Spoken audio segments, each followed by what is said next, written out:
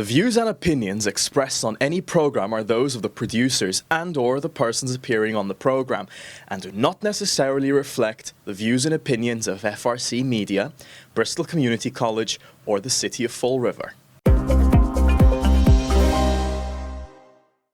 Time to take our weekly look at economic development activity across Fall River. I am joined, as I am weekly, by Kevin Lawrence. He's the owner, editor, and publisher of Fall River Development News on Facebook. Kevin, how are you?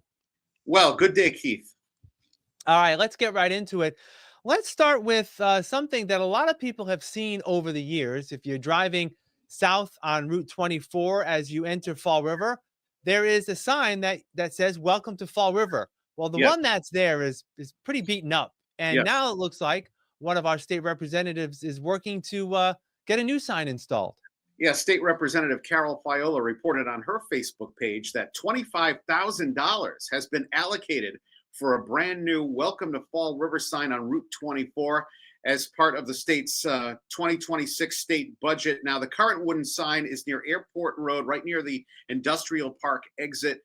I believe it was put up in the 80s. It's faded and it's a wooden sign, and there's brush surrounding it that's kind of overtaken the sign, blocking some of the letters on the sign. So this is where the new sign would be going, and $25,000 is quite a sum for a new sign. We posted it on Fall River Development News, and I believe we have over 200 comments, some positive, some negative, but people were kind of shocked that that amount of money was being spent on a Welcome to Fall River sign overall. Yeah, absolutely. And signs like that, I guess because it's on a state highway, I guess the Mhm. state can get involved in providing funds for that. I don't know how that would work. Maybe it's part of a tourism allocation. And we should let people know that this is just the House version of the budget. This may Yes. not make it because Yeah. the Senate's working on their version of the budget. May not make it when push comes to shove Yeah. later on. But something like this usually, when a local state legislator asks for it, usually something like this will get pumped through. And I'm kind of wondering if there's other opportunities to get some state money for other signs entering Fall River, but that's another discussion for another time. Yeah. All right, moving forward, we've talked about this, I believe, in the past. The former Dominican Academy, which is adjacent to St. Anne's Hospital and St. Anne's Church. There's been talk about how that could be redeveloped, but now it looks like it's up for sale. Yeah, we learned that the former Dominican Academy building, which was also formerly the Atlantis Charter Middle School at 29 and 37 Park Street, this is across from St. Anne's Hospital, like you said, it's up for sale. It's being offered for $2,450,000.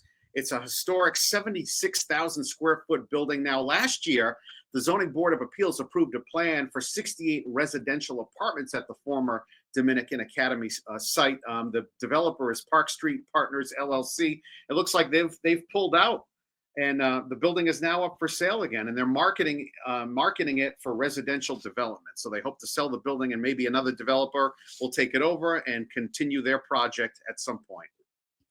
So I know there was also talk in the past of having, when St. Anne's Hospital was owned by Steward Health, Yes. to expand some of their operation into that facility. Obviously, that didn't go anywhere. Of course, Yep. Steward went bankrupt. Yep. Brown Health now is taking over St. Anne's. Who actually is in control of the building now? Is it still the Diocese Dominican Academy? No, it Who was owns it? first Bristol Corp. Okay. But I'm not sure at this current point. The first Bristol Corp wanted to put the medical offices in there. Okay. Then a developer came to them and wanted to do the 68 residential apartment units. That would be Park Street Partners LLC. I'm not sure exactly who owns the building now. I'll have to look into that. All right. Moving on. We always like to talk about situations that are happening at local restaurants. Primo, which is now on Water Street in Fall River, looks like they're doing some work to get some outdoor dining. Yeah, this is at 36 Water Street along the waterfront. New outdoor patio being installed right outside of their facility. Now, this is going to be very cool. It's going to feature a bocce ball court and cell phone chargers. It's a huge outdoor patio. It's going to seat 93 people. Each table will have an umbrella. They're also planning to put a large awning over the patio by next summer. But for this summer, it'll be tables and umbrellas.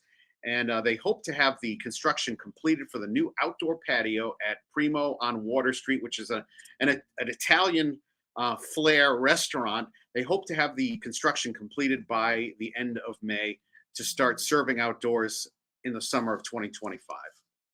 All right, again, a nice location there, Yeah. adjacent to, of course, the Battleship, and Narrow Center is right behind them. Yeah. Narrow Center for the Arts. So again, a prime location, a primo location, if I can Yes.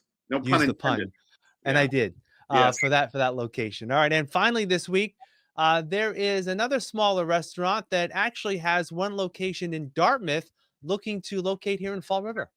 It's Lebanese Pita Pocket. They offer authentic, healthy, homemade Lebanese food. They have a location at 519 State Road in Dartmouth. They announced on their Facebook page that they're going to be opening a second location in Fall River. Now, on their Facebook page, they didn't reveal where exactly it was going to be. I did contact the owner, Hassan Hajazi, and he told me that they need a few more days to complete the lease agreement.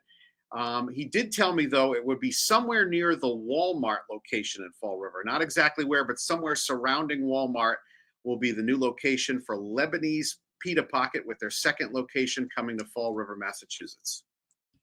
All right, always exciting stuff. And you can always find out more of what Kevin is following by following Fall River Development News and liking it on Facebook.